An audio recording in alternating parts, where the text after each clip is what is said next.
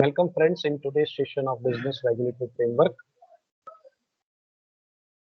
In this particular subject, we are dealing with Unit 2, Indian Contract Act 1872, General Contracts.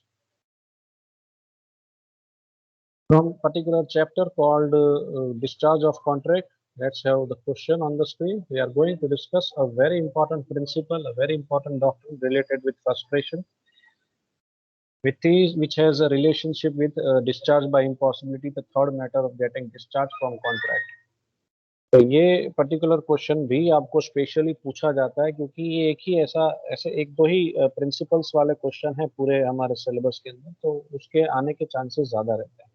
इसलिए ये एक तरीके से इम्पोर्टेंट टॉपिक बन जाता है क्योंकि ऐसे क्वेश्चंस नहीं है ज़्यादा हमारे सिलेबस के अंदर। यानी जो हमारा सिलेबस है उसके अंदर प्रिंसिपल्स यानी कि डॉक्ट्रिन के ऊपर, सिद्धांतों के ऊपर ज़्यादा क्वेश्चंस है नहीं, एक दो ही कुछ ऐसे रिलेटेड क्वेश्चंस हैं, तो इसमें से एक ये है, इसलिए इस पे ज़्यादा फोकस होना चाहिए।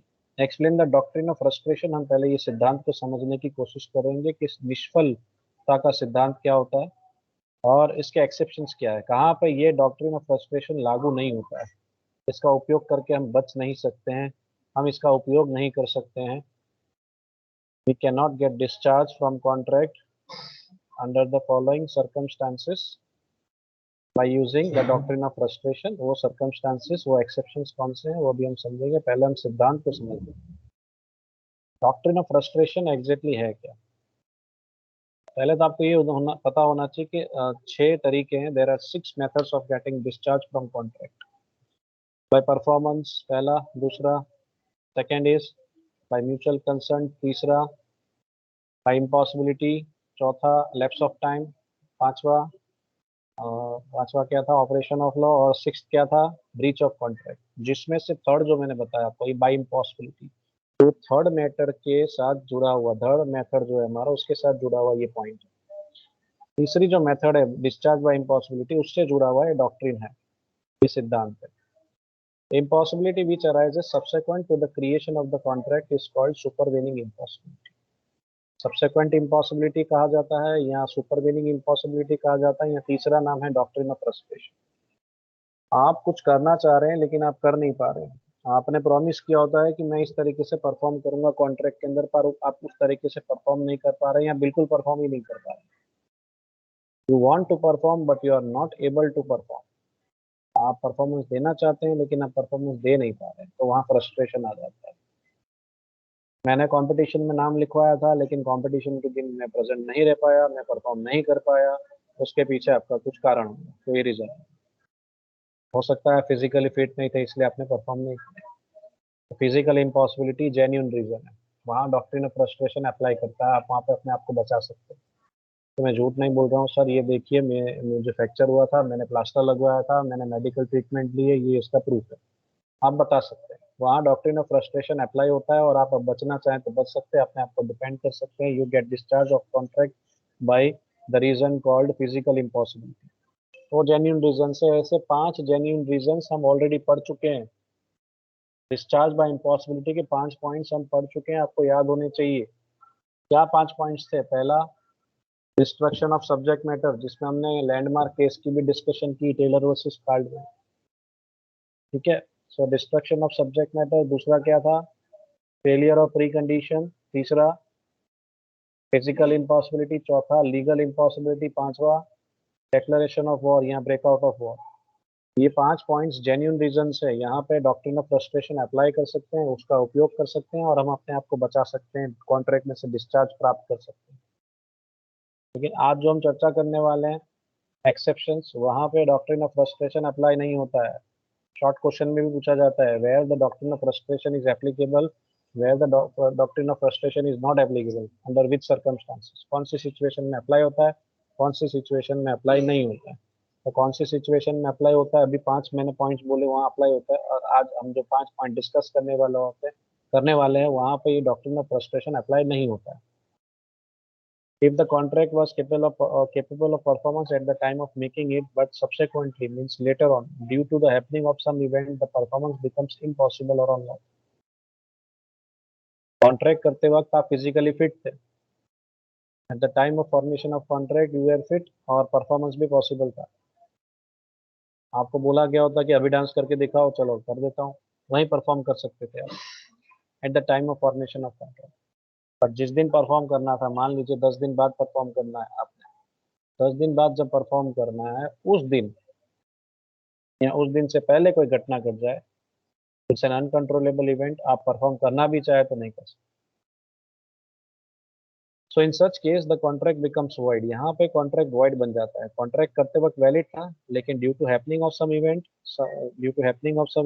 The contract becomes impossible. Reason क्या होगा? परफॉर्मेंस बिकम्स इम्पॉसिबल, इसलिए कॉन्ट्रैक्ट वॉइड बन जाता है। The parties are discharge from their obligations on the ground of frustration. अगर ऐसा हो जाता है, आप परफॉर्म करना भी चाहते हैं लेकिन नहीं कर पा रहे, अगर ऐसी सिचुएशन हो जा रही है, then the parties get discharge from their obligation, यानी आपको कोई भी, आपकी भी कोई जिम्मेदारी नहीं है, आप परफॉर्म करना भी चाह रहे हैं तो नहीं कर पा रहे हैं, तो आपको वहां से डिस्चार्ज मिल जाएगा। और और उसका जो रीजन है, जो ग्राउंड है, वो फ्रस्ट्रेशन। सब्सेक्वेंट इम्पॉसिबिलिटी हो गई है, पीछे से इम्पॉसिबल हो गया आपके लिए परफॉर्म करना। जब कॉन्ट्रैक्ट किया था तब पॉसिबल था, लेकिन later on it becomes impossible. So this is the base of doctrine of frustration. यही डॉक्ट्रिन ऑफ फ्रस्ट्रेशन का एग्जैक्ट मीनिंग है। अब हम एक्सेप्शंस पे चलते हैं कि ये सिद्धांत कौन सी सिचुएशन में लागू नहीं पड़ता है, where the doctrine of frustration is not applicable, ये समझना आएगा। तो कहाँ अप्लाई होता है, कहाँ अप्लाई नहीं होता है, नहीं कहाँ अप्लाई होता है उसकी चर्चा हम ऑलरेडी प्रीवियस सेशन में कर चुके हैं। अब ये कहाँ अप्लाई नहीं होता है उसकी चर्चा करते हैं। तो as a rule, impossibility of performance is not an excuse from performance. आप इस तरीके से बच नहीं सकते हैं इतना बोल के कि भाई मैं परफॉर्म करना चाह रहा हूँ लेकिन मेरे लिए परफॉर्मेंस देना पॉसिबल नहीं है, इतना बोल के आप बच नहीं सकते। आपको जेन्यून रीजंस अगर आप देते हो और बच रहे हो तो ठीक है। जैसे मैं परफॉर्म करना चाह रहा हूँ लेकिन वॉर डिक्लेयर हो गया भाई, तो कैसे परफॉर्म करूँ? तो वो एक जेन्यून रीजन है आपका। मैं परफॉर्म करना चाह रहा हूँ लेकिन लॉ में चेंज हो गया, there is a change in law, तो मेरे लिए लीगली इम्पॉसिबल है कि मैं इसको इसमें परफॉर्मेंस दे सकूँ, तो ये भी जेन्यून रीजन।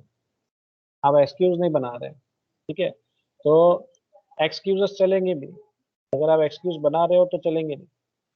जेन्यून रीजंस हैं, वैलिड एक्सक्यूजेस है तो ही चलेंगे। लेकिन आप जानबूझ के यानी बचने की कोशिश कर रहे हैं तो वो वैलिड नहीं होगा, और कोर्ट आपको इसकी परमिशन भी नहीं देगा। आपने जो वादा किया निभाना ही पड़ेगा। When a person has promised to do something, he must fulfill his promise unless the performance becomes absolutely impossible. आपने जो वादा किया है, आपको वादा निभाना ही पड़ेगा। तब तक कोशिश करनी है जब तक आपका परफॉर्मेंस कंप्लीटली इम्पॉसिबल ना हो जाए। आपको बैठ नहीं जाना है कि भाई ये तो पॉसिबल नहीं है, सिचुएशन देख के ऐसे ही रोना शुरू नहीं कर देना है।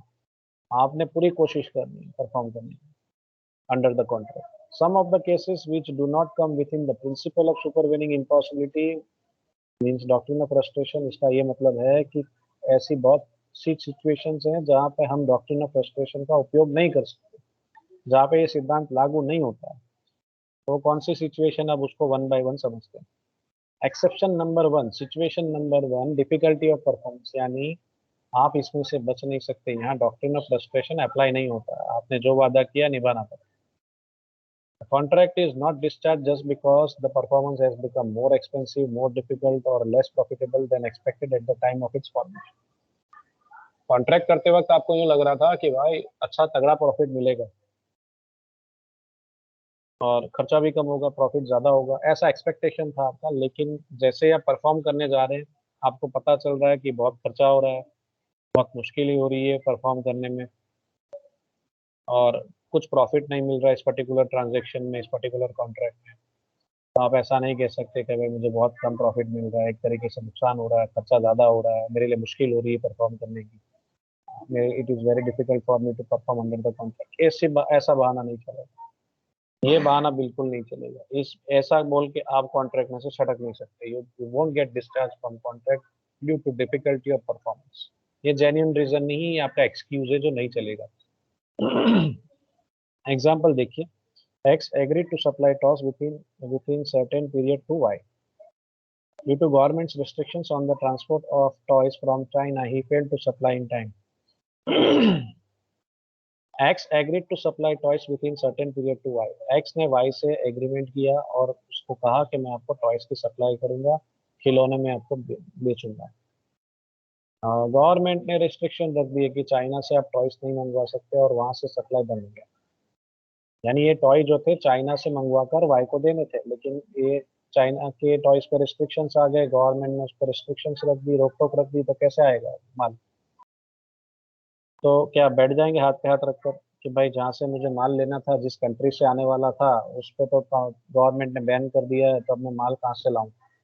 बैठ जाओ चलो, कॉन्ट्रैक्ट पॉसिबल नहीं है भाई, डिफिकल्टी ऑफ परफॉर्मेंस कह के बैठ नहीं जाना। But since toys were available, दूसरा ऑप्शन सोचने हैं आपने जो अभी अब आगे आ रहा है। But since the toys were available in the open market from where X could have obtained it, X will not be discharged on the ground of impossible. क्या चाइना से माल आएगा तो ही काम चलेगा? रेस्ट्रिक्शंस आज की डेट में डाली है, उससे पहले तो माल अवेलेबल होगा कि नहीं भारत के अंदर, कहीं ना कहीं से तो मिल जाएगा कि नहीं? पूरी कोशिश करनी है, जी तोड़ कोशिश करनी है, मेहनत करनी है कि ओपन मार्केट में से जहां से भी जो टॉयस लिखवाए गए हैं अगर वो मिल जाते तो वहां से खरीद कर देना है। परफॉर्मेंस तो देना ही पड़ेगा, आप ऐसा नहीं बोल सकते कि भाई मैं परफॉर्म करना चाहता हूँ लेकिन डिफिकल्टी हो रही है और इसकी वजह से मैं परफॉर्म नहीं कर रहा हूँ, it is impossible for me to perform, ऐसा छटक नहीं सकते आप। You can not provide such excuse and escape from your liability, escape from your obligations. आप इस तरीके से बच नहीं सकते, आपको परफॉर्मेंस देना पड़ेगा। तो पहला एक्सेप्शन था। दूसरा एक्सेप्शन देखते हैं, एक्सेप्शन नंबर 2, कमर्शियल इम्पॉसिबिलिटी। दो इम्पॉसिबिलिटी हम ऑलरेडी पढ़ चुके हैं, दो टाइप की। क्या थी? पहली फिजिकल इम्पॉसिबिलिटी, दूसरी लीगल इम्पॉसिबिलिटी। ये दोनों वैलिड रीजन है। फिजिकली इम्पॉसिबल हो जाए परफॉर्म करना, वो वैलिड रीजन है। लीगली इम्पॉसिबल हो जाए परफॉर्म करना, वो भी वैलिड रीजन, वैलिड एक्सक्यूज है। लेकिन commercial impossibility is not a valid excuse. Performance can be excused on the ground of legal and physical impossibility but not on commercial impossibility। जैसा मैंने आपको बताया कि आपको अगर कोई कहे कि मेरे मेरे लिए फिजिकली इम्पॉसिबल है परफॉर्म करना, तो जेन्युइन रीजन है। अगर वो फिजिकली फिट नहीं है तो परफॉर्म नहीं कर पाएगा, ठीक। लीगली इम्पॉसिबल हो गया है परफॉर्म करना, चेंज इन लॉ हो गया है, कानून बदल गया है, रूल्स बदल गए हैं, नियम बदल गए हैं, तब मैं परफॉर्म नहीं कर सकता, करूंगा तो इलीगल एक्टिविटी हो जाएगी जो मैं नहीं कर सकता। तो ये जेन्युइन रीजन। लेकिन कमर्शियल इम्पॉसिबिलिटी के ग्राउंड पे आप नहीं बच सकते, ये रीजन से आप बच नहीं सकते। कमर्शियल इम्पॉसिबिलिटी एग्जैक्टली किस चीज से जुड़ा हुआ है? if the price of the raw material has increased or due to rise in wages, increase in tax etc, the contract does not become void। अब यहाँ बहाना क्या होगा, यहाँ आपकी एक्सक्यूज क्या होगी कमर्शियल इम्पॉसिबिलिटी में? कि रॉ मटेरियल महंगा हो गया भाई, तो मैन्युफैक्चरिंग कैसे करूँ, मुझे ही महंगा पड़ रहा है। वेज रेट बढ़ गए, जो वेजेस पे करने कंपनी ने प्रोडक्शन के वर्कर्स को जो वेज पे करना है उसमें इंक्रीज हो गया है, टैक्स बढ़ गया, ये सब बहाने नहीं चलेंगे। सच में बड़े होंगे, लेकिन ये बहाना कर कर आप बच नहीं सकते, ये एक्सक्यूज वैलिड नहीं माना जाता है। ये सब कैलकुलेशन आपने पहले से कर लेना ऑर्डर लेने से पहले। ये सारे कैलकुलेशंस आगे की इंक्रीज डिक्रीज थोड़ा सोचकर आपने ऑर्डर लेना है, प्राइस रखनी है। अगर कुछ कम ज्यादा हुआ तो ये जिम्मेदारी आपकी है, आपने ऑर्डर ही क्यों लिया, कॉन्ट्रैक्ट ही क्यों किया जब आप परफॉर्म नहीं कर पा रहे? तो ये ग्राउंड भी नहीं चलेगा, the contract does not become void. Contract को यहाँ वॉइड नहीं माना जाएगा, आपने परफॉर्म करना पड़ेगा। Commercial impossibility does not discharge the contract. यहाँ पे भी डॉक्ट्रिन ऑफ फ्रस्ट्रेशन अप्लाई नहीं कर सकते हम इसको, इस सिद्धांत का उपयोग करके हम बच नहीं सकते। एग्जाम्पल लेते हैं, Alisha agree to supply certain goods to Sunidhi. As a result of an increase in the cost of raw material, it is now no longer profitable for Alisha to supply the goods at the agreed rate. Alisha cannot be excused for non-performance। Alisha ने contract किया सुनिधि से कि कुछ goods उसको supply करेगी, लेकिन raw material में भाव बढ़ गया, cost of raw material increase हो गया, जिसकी वजह से अलीशा के लिए ये कॉन्ट्रैक्ट प्रॉफिटेबल नहीं है, शायद उसका थोड़ा बहुत लॉस हो रहा हो, तो वो सप्लाई करने से मना नहीं कर सकती। ऐसा नहीं कह सकती कि भाई मेरे लिए ट्रांजेक्शन में प्रॉफिट रहा नहीं है, मुझे कोई प्रॉफिट नहीं मिल रहा है या थोड़ा बहुत लॉस हो रहा है, ऐसा कह के हम छटक नहीं सकते, बच नहीं सकते। We can not make such excuses. तो Alisha can not be excuse for non performance, यानी अलीशा ने जो वादा किया है उसे निभाना ही पड़ेगा। ये ग्राउंड वैलिड नहीं माना जाता है कमर्शियल इम्पॉसिबिलिटी। तीसरा एक्सेप्शन देखते हैं, exception number 3, failure of A third party. Third party पे पूरा का पूरा डिपेंडेंट हो जाते हैं, ज्यादातर ऐसा होता है। हम पूरा का पूरा दारोमदार थर्ड पार्टी पे रख देते हैं। जैसे सर ने असाइनमेंट लिखने आपको दिया है और आप किसी और से असाइनमेंट लिखवा रहे हैं, एजेंट का एजेंट होता है। मैंने आपको असाइनमेंट लिखने के दिया है और आप किसी और से असाइनमेंट्स लिखवा रहे हैं। अगर वो थर्ड पार्टी ने आपको असाइनमेंट नहीं लिख दिया तो फेलियर ऑफ थर्ड पार्टी हो गया। तो आप यूँ कहोगे सर को आगे कि सर वो थर्ड पार्टी ने लिख के नहीं दिया ना, इसलिए मैं सबमिट नहीं कर पाया, ऐसा बोलोगे तो वैलिड एक्सक्यूज माना जाएगा? बिल्कुल नहीं माना जाएगा। The doctrine of frustration does not apply where the contract could not be performed due to impossibility created by the failure of a third party on whom the promisee depended। Promiser जो depend करता है third party पे, अगर वो यूं कहे कि मैं तो परफॉर्म करना चाहता था लेकिन थर्ड पार्टी ने परफॉर्मेंस नहीं दिया इसलिए मैं परफॉर्म नहीं कर पाया, मेरा परफॉर्मेंस टोटली थर्ड पार्टी पे डिपेंड करता है, थर्ड पार्टी ने परफॉर्म नहीं किया तो मैं कैसे कर पाऊंगा, तो वो नहीं चलेगा। ये ग्राउंड भी नहीं चलेगा। आपने खुद सोचना है, दूसरा रास्ता सोचना है कि थर्ड पार्टी पे ही पूरी दुनिया निर्भर नहीं रहेगी। थर्ड पार्टी ने परफॉर्म नहीं किया तो कोई और ऑप्शन आपको सोचना चाहिए, किसी और से माल लेना चाहिए, किसी और को ढूंढना चाहिए जहाँ से आप गुड्स मिले और आप सप्लाई कर सकें। एक पक्षकार पर बैठ नहीं जाना है कि नहीं ये माल देगा तो ही मैं धंधा करूंगा, ऐसा नहीं होता। मार्केट में आपको हजारों कनेक्शन रखने पड़ते हैं कि एक के पास से माल नहीं मिला दूसरे को पकड़ो, दूसरे ने नहीं दिया तीसरे को पकड़ो, एक के पास एक के सहारे नहीं बैठना है, बिजनेस नहीं होगा। तो ये बहाना भी नहीं चलेगा। It is not a genuine reason, it is not a valid excuse. Raju entered into a contract with Shyam for a supply of certain cotton goods to be manufactured by Babu, a manufacturer। Raju contract करता है श्याम से कि वो उसको कुछ cotton के goods supply करेगा। और राजू ये कहाँ से प्राप्त करने वाला है? थर्ड पार्टी बाबू से प्राप्त करने वाला है जो मैन्युफैक्चरर है। Babu did not manufacture the goods contracted. Babu did not manufacture the goods contracted. Babu ने ये गुड्स की मैन्युफैक्चरिंग ही नहीं की। Raju is not discharged from his obligation and he is liable to Shyam for damages। अब राजू श्याम को जाके ऐसा नहीं कहेगा यार, जो मालिक था जहाँ से मैं खरीदने वाला था, जो मैन्युफैक्चरर था, तो उसने प्रोडक्शन ही नहीं किया तो मैं तुझे माल कैसे दूँ, कहाँ से दूँ? ये बहाना नहीं चलेगा आपका, बाबू ने नहीं दिया तो ऐसे बहुत सारे बाबू बाजार में होंगे जहाँ से आपको वो चीज मिल सकती है और वही चीज आप उठा के उसको बेच। दूसरे मैन्युफैक्चरर को ढूंढो, दूसरे के पास जाइए, वहां से खरीद के दीजिए। एक बंदा मना कर दे तो हमारा काम अटक जाए, ऐसा काम नहीं करना। और ऐसा कॉन्ट्रैक्ट भी नहीं करना है, करेंगे और अगर हम इस तरीके से छटकने की कोशिश करेंगे, एक्सक्यूज बनाएंगे, तो हमारा काम चलने वाला नहीं है। हम बच नहीं सकते, हमने जो प्रॉमिस किया हमको निभाना पड़ेगा। And we are not getting discharge from contract due to the reason called failure of third party, कि भाई बाबू नाम की थर्ड पार्टी ने परफॉर्मेंस नहीं दिया तो मैं आपको कैसे दूं? मान लीजिए बाबू से पैसे लेकर शाम को देने थे तो बाबू पैसे नहीं दे रहा तो क्या हम बैठे रहेंगे? नहीं नहीं, बाबू पैसे देगा तो ही मैं शाम को दूंगा। ऐसे तो एक एक व्यक्ति के ऊपर पूरा डिपेंडेंट नहीं रहना है, अपने इंडिपेंडेंट बनना है। एक बंदा मना कर रहा है दूसरे के पास जाइए, दूसरा मना कर रहा है दूसरे के पास जाइए। ऑप्शंस रखिए अपने पास। एक्सेप्शन नंबर 4, चौथा एक्सेप्शन क्या है? Strikes, lockouts and civil disturbance. Strikes जो है वर्कर करते हैं, लॉकआउट जो है कंपनी करती है। ध्यान रखिएगा, बीए में आपने पढ़ा होगा शायद। स्ट्राइक बाय द वर्कर्स और लॉकआउट बाय द एम्प्लॉयर यानी कंपनी, और रायोट्स यानी कि दंगा फसाद etcetera will not excuse the parties from performing the contract unless there is a clause in the contract to that effect। मैं तो perform करना चाह रहा था लेकिन जिस कंपनी से मुझे माल लेना था वहाँ उस कंपनी के वर्कर्स ने स्ट्राइक कर दिया, मैन्युफैक्चरिंग बंद है, प्रोडक्शन बंद है, कहाँ से माल दूँ? ये बहाना भी नहीं चलेगा। आपको पहले सोचना था कॉन्ट्रैक्ट करने से पहले, क्या आप माल सप्लाई कर पाएंगे, क्या जहाँ से आपको माल लेना है वहाँ से आपको सप्लाई मिलेगी? ये सारा कैलकुलेशन आपने पहले से करके रखना है, सोच समझ के कॉन्ट्रैक्ट करना है। बिजनेस का दूसरा नाम ही रिस्क है। ये रिस्क उठाना है या नहीं उठाना है आपको सोचना है। अगर उस कंपनी ने आपको सप्लाई नहीं दी और ऐसा कुछ हो गया, मैन मेड इशू हो गए ऐसे, मैन मेड, ये नेचुरल कलामिटी नहीं है लेकिन मैन मेड कलामिटी है, अगर ऐसा हो जाए तो इसमें हम क्या कर सकते हैं? क्या हमारे पास दूसरा रास्ता होगा, दूसरा ऑप्शन होगा? ये हमको सोच कर, ये कंपनी से अगर मुझे माल नहीं मिलता है तो कोई और कंपनी है जहाँ से मुझे माल मिल सकता है, सप्लाई मिल सकती है। तो वो अगर दूसरा रास्ता हमारे पास है देन वी आर सेफ, तो कोई इशू नहीं। लेकिन एक ही जगह से अगर माल लेना है और वहाँ पे स्ट्राइक हो गई, वहाँ लॉकआउट हो गया, कुछ रायट्स हो गए उस पर्टिकुलर एरिया के अंदर और हमारा काम ठप हो गया, हमें सप्लाई नहीं मिली, तो क्या हम बैठ जाएंगे? हम ऐसा कहेंगे भाई ऐसा ऐसा हो गया इसलिए मैं सप्लाई नहीं कर पा रहा। ये जेन्यून रीजन बन सकता है, ये इसको ऐसा एक्सक्यूज माना जाता है, बहाना माना जाता है। ये जेन्यून रीजन बन सकता है, अगर कॉन्ट्रैक्ट के अंदर आप ऐसा क्लॉज रख दो तो ये जेन्यून रीजन भी बन जाएगा।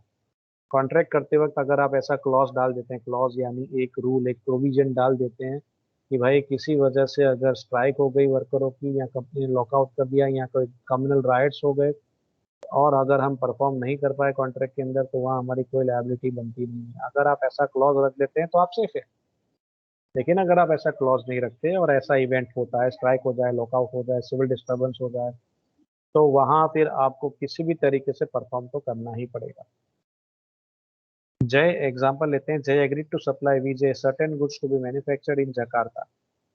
The goods could not be manufactured because of riots and civil commotion in that country. जय ने एग्री किया कि वो विजय को सप्लाई करेगा, गुड्स सप्लाई करेगा, और ये गुड्स एक पर्टिकुलर कंट्री जकार्ता के अंदर सब मैन्युफैक्चरिंग होने वाली है, वहां से उसको ये सप्लाई करेगा। ठीक है।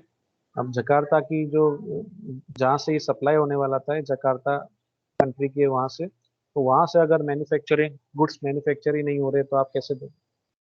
वहाँ मान लीजिए सिविल डिस्टरबेंस हो गया है, दंगे फसाद हो गए हैं, तो वहाँ मैन्युफैक्चरिंग बंद है, तो आप सप्लाई कैसे करेंगे। तो वो आपको पहले सोचना है ऑर्डर लेने से पहले, क्या मैं इसको सप्लाई कर पाऊंगा, क्या ये पॉसिबल है मेरे लिए। अगर एक मैन्युफैक्चरर से नहीं मिल रहा तो क्या मेरे पास कोई दूसरा ऐसा मैन्युफैक्चरर है जहाँ से मैं सप्लाई प्राप्त कर सकता हूँ। अगर इसमें क्लॉज डाल दिया जाए कि ऐसा कोई इवेंट हो जाए जिसकी वजह से हम जिम्मेदार नहीं है, तो आप बच सकते हैं। अगर आपने ऐसा क्लॉज नहीं डाला है तो फिर ये एक्सक्यूज भी वैलिड नहीं माना जाएगा, फिर आपको परफॉर्म करना ही पड़ेगा। मेरा सजेशन हमेशा रहता है कि अगर आप कोई बिजनेस करें तो ये क्लॉज डाल ही देना है। ठीक है, तो आप सेफ रहेंगे। और आखिरी पॉइंट पे चलते हैं। आखिरी पॉइंट है हमारा एक्सेप्शन नंबर 5, पार्शियल इम्पॉसिबिलिटी। यानी आपकी जो ऑब्जेक्ट्स है वो हो सकता है पार्शियली वैलिड हो, पार्शियली इनवैलिड हो। If the contract is made for several purposes, the failure of one or more of them does not discharge the contract. आपने पर्टिकुलर कॉन्ट्रैक्ट किया, कॉन्ट्रैक्ट के अंदर आपने दो ऑब्जेक्ट रखे हैं, हो सकता है एक ऑब्जेक्ट फुलफिल हुआ हो, दूसरा ऑब्जेक्ट फुलफिल ना हुआ हो। दो हेतु रखे थे, दो उद्देश्य रखे थे, दो में से एक उद्देश्य आपका सेटिस्फाई हुआ और दूसरा सेटिस्फाई नहीं हुआ हो, तो क्या करेंगे उसको। क्या उस कॉन्ट्रैक्ट में से हमको डिस्चार्ज मिल जाएगा? बिल्कुल नहीं। एक तो सेटिस्फाई हुआ ना, बस। तो फिर आपने परफॉर्मेंस, आपका परफॉर्मेंस वहाँ वैलिड माना जाएगा। आपने परफॉर्मेंस देना है, एक के हिसाब से आप परफॉर्म कर सकते हैं, बात खत्म होगी। एग्जाम्पल से समझते हैं। DK agreed to let out a boat to RK two. Number one, object क्या है बोट का, क्या करेगा आरके। बोट में वो बैठेगा और देखेगा to view the naval review of the at the coronation of the king. And number two, cruise around the fleet, यानी कि नेवी। तो एक बंदा दूसरे बंदे को अपनी बोट भाड़े पे दे रहा है, डीके अपनी बोट आरके को भाड़े पे दे रहा है, लेट आउट कर रहा है, रेंट पे दे रहा है, और उसमें दो ऑब्जेक्टिव है उस बोट का। आरके क्या करेगा कि जो राजा की ताजपोशी होने वाली है, राज्याभिषेक होने वाला है, कोरोनेशन प्रोसेस, यानी कि राजपोशी होने वाली है, राज्याभिषेक होने वाला है, तो वो उसको देखना चाहता है, टू व्यू यानी देखना चाहता है। और दूसरा, वो क्रूज करना चाहता है, क्रूज यानी इर्द गिर्द चक्कर लगाना चाहता है। और cruise round the fleet, fleet यानी जो नेवी वहां जमा होगी, जो वहां परेड होने वाली है, वो परेड में भी वो हिस्सा लेना चाहता है। ठीक है। तो नौका नौका सेना जो वहां जमा होने वाली है, वहां पे ये क्रूज करेगा बोट के अंदर। तो ये दो ऑब्जेक्टिव थे। अब देखते हैं क्या दोनों ऑब्जेक्टिव उसके फुलफिल हो रहे हैं, या पार्शियल इम्पॉसिबल था और पार्शियल पॉसिबल था, देख लेते हैं।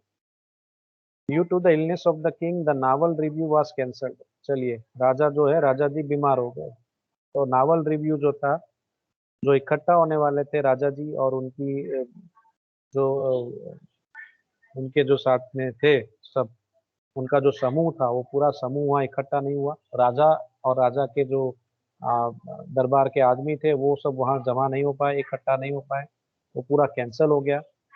यानी कोरोनेशन प्रोसेशन पूरा कैंसिल हो गया, राज्याभिषेक का जो कार्यक्रम था, प्रोग्राम था, वो कैंसिल हो गया।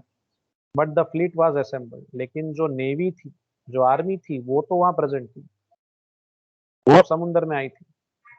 ठीक है, the fleet was assembled and the boat would have been used to cruise around the fleet. चलिए, किंग नहीं आया, राजा नहीं आया, उसका जो कोरोनेशन प्रोसेस था हम नहीं देख पाए, लेकिन हम बोट के साथ क्रूज तो कर सकते थे, इर्द गिर्द चक्कर तो काट सकते थे, नेवी नेवी के आसपास तो घूम सकते थे, नेवी तो देख सकते थे, उनकी थोड़ी बहुत जो राइड थी, बोट राइड, वो तो देख सकते थे। तो एक ऑब्जेक्ट फुलफिल नहीं हुआ तो दूसरा ऑब्जेक्ट भी फुलफिल नहीं किया गया, यानी बोट तो खरीदी, भाड़े पे ली, लेकिन क्रूज नहीं किया बंदे ने, चक्कर नहीं लगाए, तो वो उसकी गलती है। दो में से एक ऑब्जेक्ट तो फुलफिल हो रहा है ना, पार्शियली पॉसिबल है, पार्शियली इम्पॉसिबल है। तो पार्शियली पॉसिबल है तो भाई आपने एटलीस्ट आप क्रूज तो कर सकते थे। तो ये रीजन भी नहीं चलेगा। यहाँ पे जो भाड़ा दिया गया वो जेन्यून था, भाड़ा तो ठीक ही है, भाड़ा देना ही पड़ेगा, आपने बोट ली है, फिर आप क्रूज करें कुछ भी करें, सामने वाले को उससे क्या, आप नहीं करें तो भी उससे क्या। Held the contract was not discharge, यानी आपने यहाँ पे जो लेट आउट, जो बोट आपको भाड़े पे दी गई उसका रेंट तो आपको देना ही पड़ेगा, और दिया गया। और ये आप बोल नहीं सकते कि भाई राजा जी तो आए नहीं तो कैसा भाड़ा, ऐसा आप नहीं बोल सकते। आपका एक ऑब्जेक्टिव तो फुलफिल हो रहा था, एक नहीं हो रहा था। अगर दोनों ऑब्जेक्टिव फुलफिल नहीं होते तो बात अलग थी, तो शायद भाड़ा नहीं लिया जाता, 100% नहीं लिया जाता, क्योंकि सामने वाले को ऑब्जेक्ट बता के ही बोट भाड़े पे ली जा रही कि भाई मैं बोट ले रहा हूँ, लेकिन मेरा ये इसके पीछे का इंटेंशन ही है